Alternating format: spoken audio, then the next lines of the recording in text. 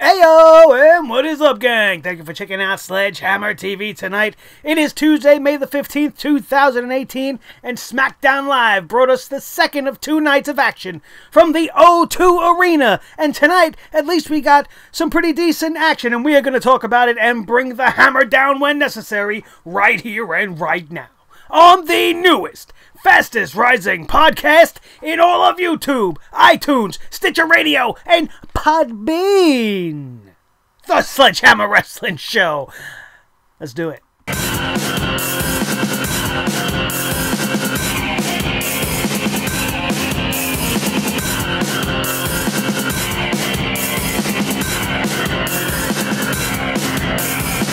Sledgehammer Wrestling Show.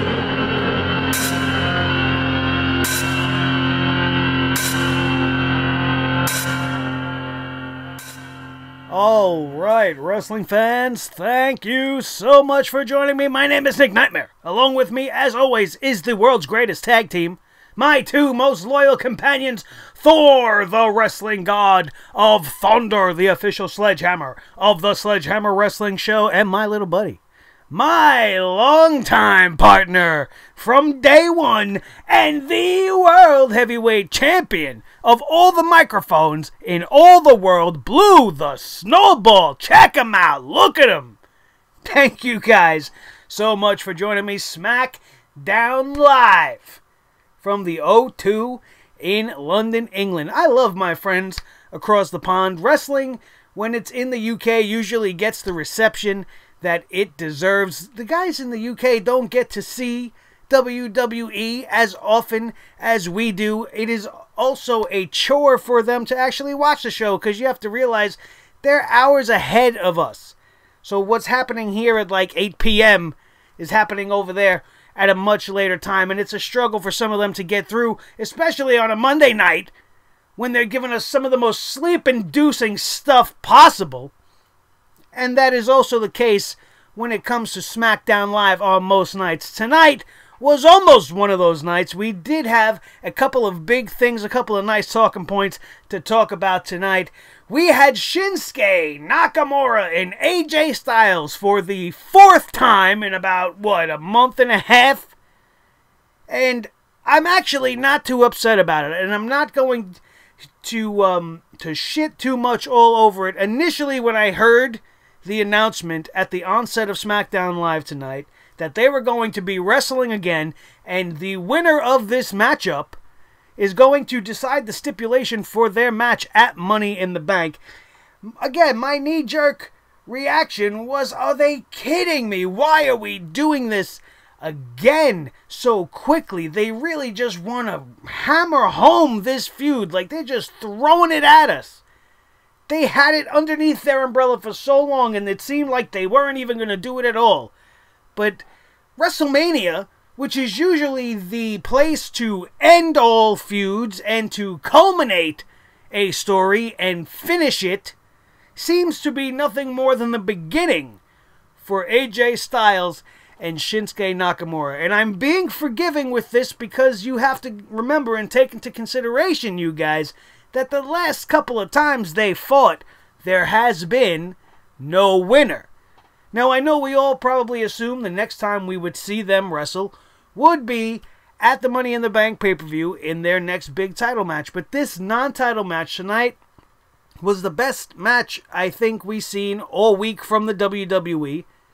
It's the very best match we've gotten from AJ Styles and Shinsuke Nakamura. And why wouldn't it be?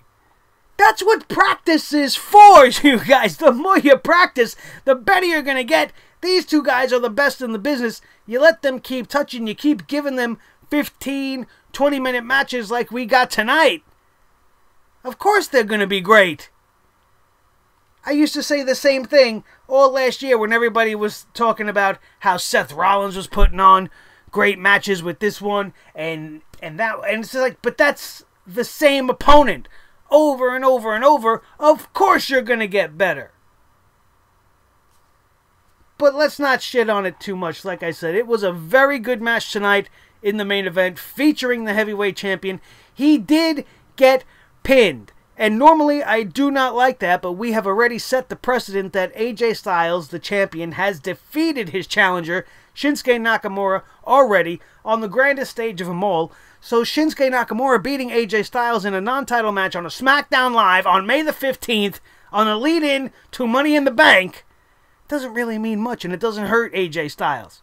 In fact, it makes the whole thing a little bit more interesting, and at least it makes sense now. The guys are 1-1 on WWE television with 2 draws between them. It sets up everything kind of perfectly. You just have to hope we don't see them wrestle again. Now that the stipulation is going to be put into effect, there is no reason for these 2 guys to fight at all again until that match at Money in the Bank. If they continue to do it, which there'll be no reason for, what are they going to fight for next? Next week, AJ Styles and Shinsuke Nakamura to decide who the referee is going to be.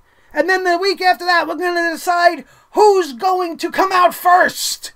And then we're going to decide on the go-home show, they're going to wrestle to see what color dress JoJo's going to wear when she makes her ring announcements at Money in the Bank. What reasons are they going to have to fight, if not for the title, after what we saw tonight? So I'll be forgiving with that. I'm not going to hammer it down too hard because of that one point. As long as they don't keep giving us this match over and over every single week leading up to the big match, you won't devalue the match. You won't take anything away from the match. Everybody calm down. It wasn't that big of a deal. And considering that we got a very, very good match out of it, maybe the best between the 2 thus far, including WrestleMania and the Greatest Royal Rumble, I'm alright with it. I'm alright with it. What I am not alright with is what they're doing with Big Cass. I thought for sure Backlash, with the way Daniel Bryan tapped him out, was the end of this. I thought they were just using it as a way to let Big Cass make a big splash and then go on their way with whatever their plans are for him. But they put him back into this program with Daniel Bryan. Apparently, he didn't get all that much heat. He took a hit. He was off TV last week. He was forced to lose and tap out to Daniel Bryan because he went off the script and attacked the little person, much to the dismay of the WWE creative, and defied the boss, Vince McMahon's direct orders to not do what he in fact did. We went over that on the show last week on a breaking news special, and I was very hopeful that that was just going to be it, and Daniel Bryan would be put into some sort of a more meaningful program. But like I said, they brought Big Cass out tonight and sucked the life right out of the O2 Arena. You know, at least when Roman comes out, he gets booed. Like, he gets booed with passion and with anger, and, you know, people care enough about the program and about what they're watching to voice their displeasure with true feeling, true emotion, and true passion. Big Cass comes out, everybody's just like, boo, whatever, get this over with, we want to see something else. The segment did save itself a little bit because we got to see Daniel Bryan pretty much snap. Daniel Bryan lost his friggin' mind. Enough is enough. I guess he was bored as shit, just like I was. He was tired of hearing Big Cass putting the O2 in London to sleep. So Daniel Bryan went on the offensive, took the big man out with relative ease, and then tried to take his kneecap home with him. He was tearing into Big Cass's leg, locked him up in a vicious knee bar. He was not letting go. Big Cass walked away all injured, limping, hobbling out, while Daniel Bryan was seething with fury in the middle of the ring. That was kind of cool. I liked seeing Daniel Bryan like that. And the crowd, which was firmly behind him from the minute he walked out, the crowd chanted Daniel Bryan's name almost throughout the entirety of the segment. They were so distracting that Renee Young had to stop her opening interview with Daniel Bryan. I wish they would stop doing these in-ring interviews. You know, an interviewer's job in the WWE, more often than not, is done in the backstage. Mean Gene Okerlund, on the off chance he was in the ring, at least he had command of the crowd because he was Mean Gene, and everybody's going to listen to Mean Gene. When you're going to do these segments, they should be taking place in the back. It just takes the crowd out of it. You can get your message across, and the crowd won't hijack the show. And then when Daniel Bryan comes out to cut his promo on his own, the crowd can have fun. He could play with the crowd. He could tell you, do you hear that? Do you feel that? Do you feel the crowd? This is awesome. Yes, yes, yes. I'm not letting Money in the Bank, get me down. One day I'm going to be world champion again. It's all well and good. And then they ruined it with Big Cass. I don't want to see Big Cass versus Daniel Bryan anymore. Do you guys? I doubt you do. I was very hopeful this was over. But much like Shinsuke and AJ, seems like this has only just begun. And it can't end quick enough. I want to see Daniel Bryan and the emotion that he showed and the emotion that comes with him from the crowd being played against somebody that would be worthy of his time. That would get something out of it. Big Cass is getting nothing off of this partnership, or this pairing rather, with Daniel Bryan. They're trying to use it to get him heat, to get him over as a heel, and it's getting him go-away heat. I don't care whether you like that term or not. It's a real thing. There's heat when you dislike a person because you're supposed to dislike a person, and then there's go-away heat that we get from guys like Jinder Mahal and guys like Roman and guys like Big Cass, because we don't want to see what you're selling. We ain't buying. Go away. The only other thing of note that happened in the women's division, and by God, we had a triple threat match. What did I tell you last night? There was bound to be a triple threat match. I was glad, and I forgot when we were talking about it last night, but I was glad that we were having this tag team Money in the Bank qualifier just because it wasn't a triple threat.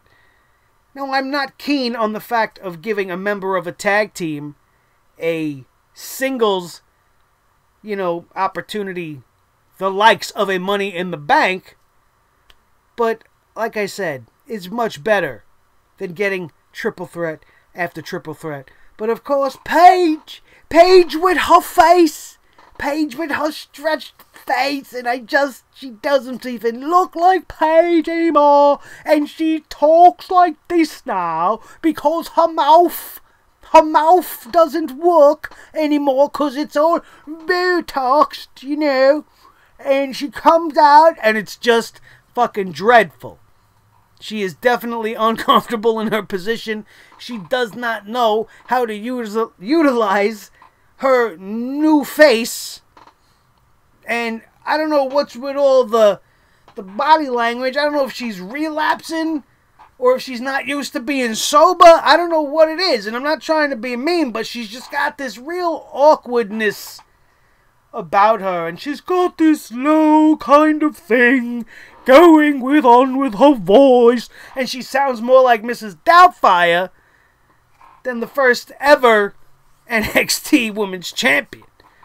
I don't like being mean. I don't like picking on Paige. I love Paige, which is why it bothers me to see her walking out like a walking trash bag. I don't understand what it is. It just doesn't do it for me anymore, and she doesn't deliver her lines very well, and it's very cringeworthy. And I'm sorry to say that. If that bothers you, if that offends you, I apologize. I am here to bring the hammer down. That is what I do. I call it like I see it, and what I see is a hot British mess. And it just takes away from the whole thing. She doesn't command any authority. She looks like a boss that has come to work absolutely ossified out of her mind. Just completely inebriated off of something. Doesn't have to be alcohol, but she's definitely not all up there. At least that's the way she's portraying herself. Terrible. Terrible. But Becky Lynch would qualify for the women's ladder match at Money in the Bank in a triple threat match, which actually wasn't bad, considering the contestants. But Mandy Rose is awful. She's awful. And I don't know if it's just because of that ridiculous entrance. I don't know if she's drinking the same juice that Paige is fucking drinking, and she's walking out, she takes like 2 steps and then trips. I don't know, she's trying to be sexy. I don't know if it's like a little back step or like some sort of a side swipey sachet kind of thing. I don't know what the fuck she's doing. She looks like she's doesn't want to come out. You know, like she's walking out and then she's like, oh, maybe I'll go in the back because I'm a shy little wallflower. No, I'm sexy. And then she's got the hands, and then she stops. And then she, like, takes a step back. And they got the whole heavenly, filter going on. Everything's all blurred around her, trying to make her stand out. And she's got her little duck face going on because she's so fucking nervous she can't smile. And it's from the minute she walks out and they put that new thing at the beginning of her entrance. They got the deep, sexy, the Mandy.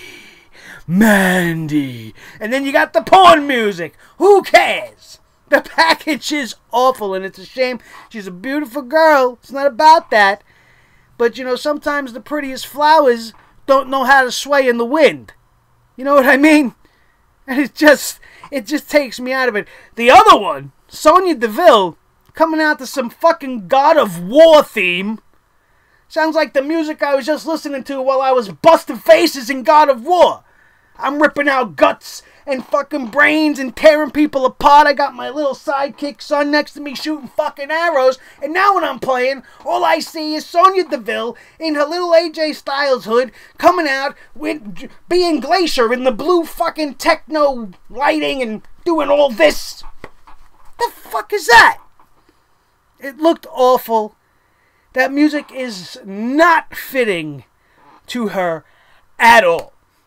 At all. Sounds like something you could have gave to Samoa Joe. That would have been a great new fucking theme for Roman Reigns. How about that? That would have been fucking awesome. The theme she had for them, you take that, you put it with him, maybe give him the Authors of Pain, or you give him the Usos. You have that real cool kind of, gritty, real God of War epic, fantasy type. Didn't fit Sonya Deville. And this match ended up being much like the match we saw last night that featured Bayley and Alexa Bliss and Mickie James. It was pretty much a 2-on-1 match throughout the majority of the match. However, Straight Fire Becky Lynch would come out with the win in that case and qualify for the Money in the Bank.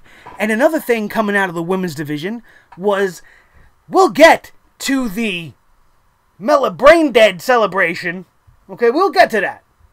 But the only other thing worth noting, and not for a good reason, is during Rusev Day's segment that they decided to give him, Lana comes in, interrupts Rusev and Aiden English as they're trying to practice and celebrate and get ready for their big Money in the Bank moment. Lana comes in with her boobs all tucked in a Rusev Day shirt, button her nose in there, just to tell Aiden English, hey, listen, get ready to sing a song for Lana, because Lana's going to get a chance to qualify for the Money in the Bank briefcake match. Briefcake, that's what she should be qualifying for. Not beefcake, briefcake. That would be much more fitting, because she don't deserve the briefcase. Are you fucking kidding me? What has Lana done to deserve a shot to qualify at the Money in the Bank briefcase? It gets me so aggravated that I'm fucking up my words again, you guys. Look at that. It's something that happens when you get all emotional. You flip things up. Briefcake. It's a great thing. I think we're going to use it. Maybe we'll try to make one up for you guys. We'll make the Money in the Bank briefcake. Alright? And we'll show you guys here on the channel if I can get it done. I'm busy enough as it is. I can't get as much stuff up as I would like to. We're straying off topic here, but Lana, that's what she does. She just shuts my... She's not really a wrestling thing. She's like a mascot for Rusev, so she just shuts my brain down a little bit. She's going to face Billie Kay of the Iconics next week.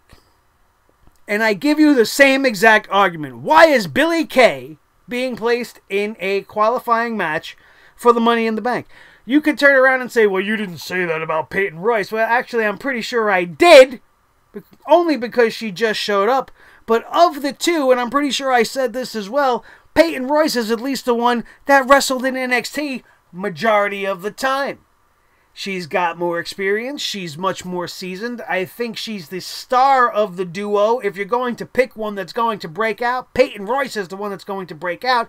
Billie Kay being the one to face Lana only makes me believe Lana is going to be in the Money in the Bank for the women. And that is just a waste of a spot. No disrespect to Lana, but this is the Money in the Bank ladder match. You're going to be murdered because you don't know how to wrestle. I don't care what Rusev shows you.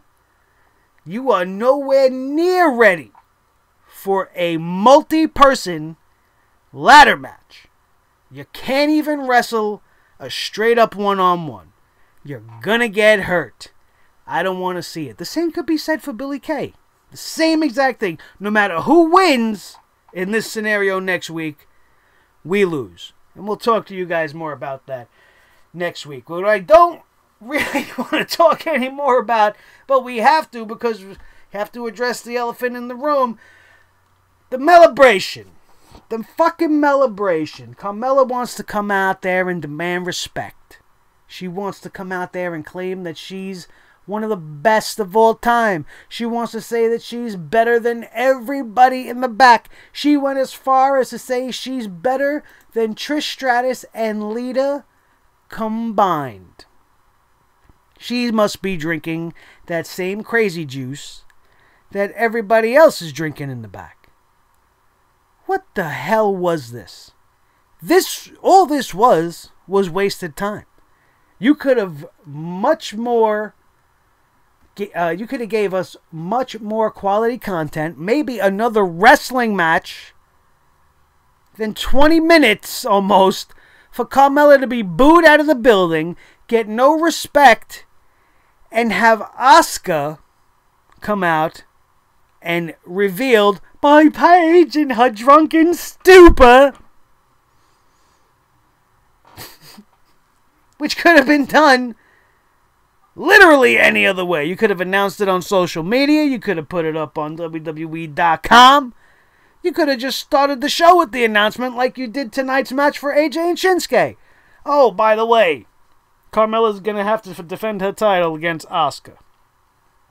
You know I'm a big mark for Asuka. But when was the last time we've seen Asuka win? Why is Asuka getting a title match? Shouldn't she reestablish her momentum first? At least just a little bit? What was she in, some sort of a tag team win recently? I don't even remember the last time I've seen Asuka. She's getting a title match. Being that it's against Carmella, I don't really mind. Because the best thing that could possibly happen is she saves us and Asuka defeats Carmella and takes that belt. The very worst thing that could happen is the opposite. If the WWE takes steps to solidify Carmella and try to get over Carmella at the expense of Asuka, only to further what I'm sure is really the Charlotte agenda down the line, then this company is more lost than I ever thought possible. Right? Like, they can't make Carmella beat Asuka. They can't do that. I mean, I know they can, but they can't do that, can they? It's the WWE. Anything can happen in the WWE. That used to be the slogan when I was growing up, and it used to be a good thing. But now it just makes me more and more terrified. Those are the most important things that happened. The other thing of note was the tag team matchup. Like I said, the New Day defeated the Bar. The Bar has not been doing very well since coming over to SmackDown Live. Big E and Xavier Woods with Kofi Kingston on the outside took out Sheamus and Cesaro in a 10-minute long, decent tag team matchup, which I would have much preferred to just be a tag team matchup in a tag team division. But it was with the stipulation of the winner getting to choose a member of said tag team to go to the Money in the Bank. Great. The New Day wins here. So all the rumors and all the stories that we've been seeing online all week seem to be pointing in a truthful direction, as it is being heavily rumored that Big E Langston is going to be in the Money in the Bank and is a heavy favorite by many to win the whole thing. And I actually wouldn't be opposed to any of it. We'll talk about that more as we get closer to Money in the Bank. The Bludgeon Brothers had a promo today. They said, family is for the weak. Friendship is an abscess. Hang on, what else did it say here? Family is for the weak. Friendship is an abscess waiting to be pierced. Joy is a disease. The cure is to bludgeon. Just like we come here and bludgeon these shows every single week. We're waiting, and time is up. Now, don't you feel like these vignettes we've been getting, the one last week with all the action figures, come play with us, and now this one this week, should have been the kind of shit we were seeing leading up to their debut? I know we were getting vignettes, but those vignettes were boring and lame, and essentially the same thing over and over. Why, as the champions, are we getting hype promos that are akin to a debuting tag team? I don't understand it. Why are we not just featuring the champions on TV? Why don't you let them go to the ring and cut a promo instead of giving us the brain-dead Mellabration, which did absolutely nothing for nobody at all? The Bludgeon Brothers are being wasted. The championships for SmackDown Live are being wasted. Why are we not getting title defenses? Give them a couple of fucking local yokels. Give them just tag team matches. They don't have to be for the title. Give us competition. Don't just have them stand there in their masks with a red sepia filter and trying to sound all creepy and deliver these scripted lines, saying all kinds of shit that you would be hearing coming out of Bray Wyatt's mouth. So they're the Wyatt family without Bray. They're the Bludgeon Brothers. We know this already. We know they're weird. Have them talk about being the champion. Have them run down some of their opponents. Stop being so fucking weird. Be wrestlers. What else did we have going on this show here? We talked about the Mellabration. There was nothing more about that I really want to get into. The only other thing that was kind of cool that happened tonight was the debut of El Idolo Andrade Cien Almas with the beautiful Zelina Vega by his side. Finally, since being called up, we got to see him in action tonight against some local ham and egger. Some tear-jerker, curtain-jerker retard, Jake Constantino. Thanks for coming to the party, pal. Lasted a whole minute.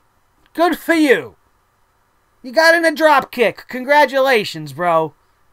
Hammerlock DDT for the win. Andrade Cien Almas was not too happy, nor was his business manager. Zelina Vega took the microphone and was not impressed with Jake Constantino or the level of competition that she sees on SmackDown Live, and she says, we are not here to play games. We are here to take over. And I fully support them in their takeover of SmackDown Live. My concern comes by bringing up the names of the Authors of Pain. The Authors of Pain, we talked about it briefly last night, have been missing in action. AOP is MIA. They came up, they started scaring people, they used them a couple of times, and now they've been gone. I don't want the same fate to befall Andrade Cien Almas. This guy is too good for the main roster. He deserves a lot of attention. This was a good way to start him off. I don't mind the jobber. I don't mind the quick squash win. It sets up a great story. Zelina Vega is going to sell it, and she's going to be increasingly frustrated at the lack of respect and competition that Almas is going to be given on a regular basis, and it's going to lead to something great. I can't wait to see what else they have in store for that. We talked about Rusev Day and becoming Lana Day. I liked that little segment. You know, Rusev and Aiden English were celebrating, not Mellabrating. They were celebrating his triumphant victory over the great Daniel Bryan in a skybox in the O2 Arena. And Rusev, although he was not all that impressed, Aiden English was like, hey, listen, well, you know, we're in England. What do you expect? This is what you get here. And trying to get heat. But the people loved him so much they didn't care.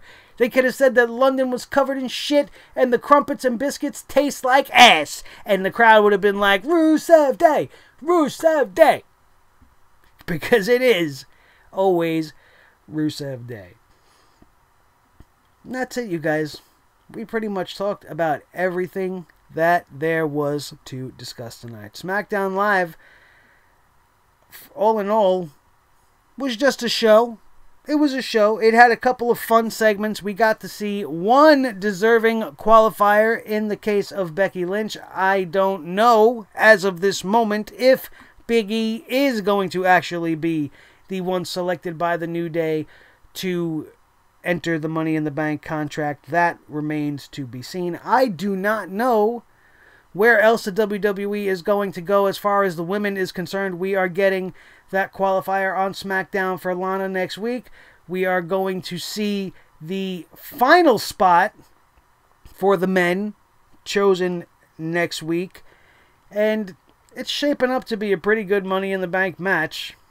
SmackDown, you'd have to say tonight, just like last week, was just a fraction better than Raw. If you got to compare the two, I got to say SmackDown Live took it this week.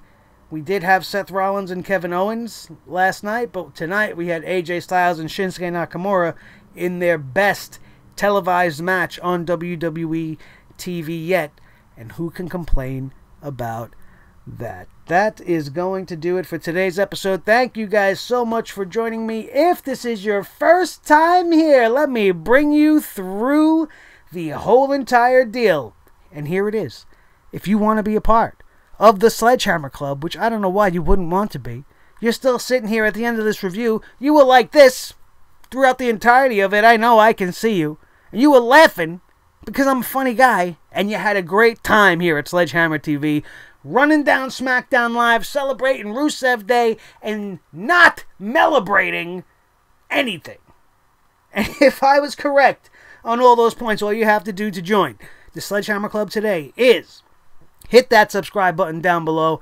Join the hundreds of fans that know that this is the place to be when you want your unfiltered, unadulterated, and most powerful bashing and bludgeoning of the WWE product that there is. No sugar on top, nothing but the cream, and it ain't that sweet because the WWE don't allow me to be sweet, as this show and every show that I bring to you guys proves every week. We hope for the turnaround, but until it comes, I am here, and the hammer will come down. Don't forget to smash that thumbs up, kick it right in the nuts, punch it in the nuts Shinsuke style, smack it in the face, do whatever it is you gotta do to make sure that that button is pressed, and let everybody know that we are just that. Super duper okay with you, and thumbs up. And then you could share this video with all of your wrestling friends all over the wrestling world. And if you are listening on iTunes, Stitcher Radio, or Podbean.com, get your eyes on the YouTube channel Sledgehammer TV, and you can see for yourself Thor, the wrestling god of thunder, the official Sledgehammer of the Sledgehammer Wrestling Show, and he's gonna get a makeover. He's getting a makeover pretty soon, so if you want to see him in his original incarnation right here, this is it. Soon enough, he's gonna be pimped out, and he's going to be hammerized, and he's going to be even more awesome. Just like we did to Old Blueski. You could see for yourself. If you're just listening, you don't know how fucking awesome Blue is with his big silver chrome head and his beautiful, beautiful heavyweight championship, because he is the heavyweight champion of all the microphones in all the world, you guys. You got to check him out. And the only place to see Thor and Blue, along with me, the legend, Nick Nightmare, the wielder of the Sledgehammer, is right here on YouTube.com/Sledgehammer TV. the big weekend coming up. House of Glory is coming back to town, and we will be here with a preview of House of Glory's Fair Warning event. Don't forget to get your eyes on that one, because that is exclusively available on the YouTube channel. That will not be on the audio platforms, so there's another reason for you guys to stick with us right here on YouTube.com. Thank you guys so much. That is going to do it, and we are out of here, and we will see you next time right here on the Sledgehammer Wrestling Show. Have a good night, and I'll see you this weekend.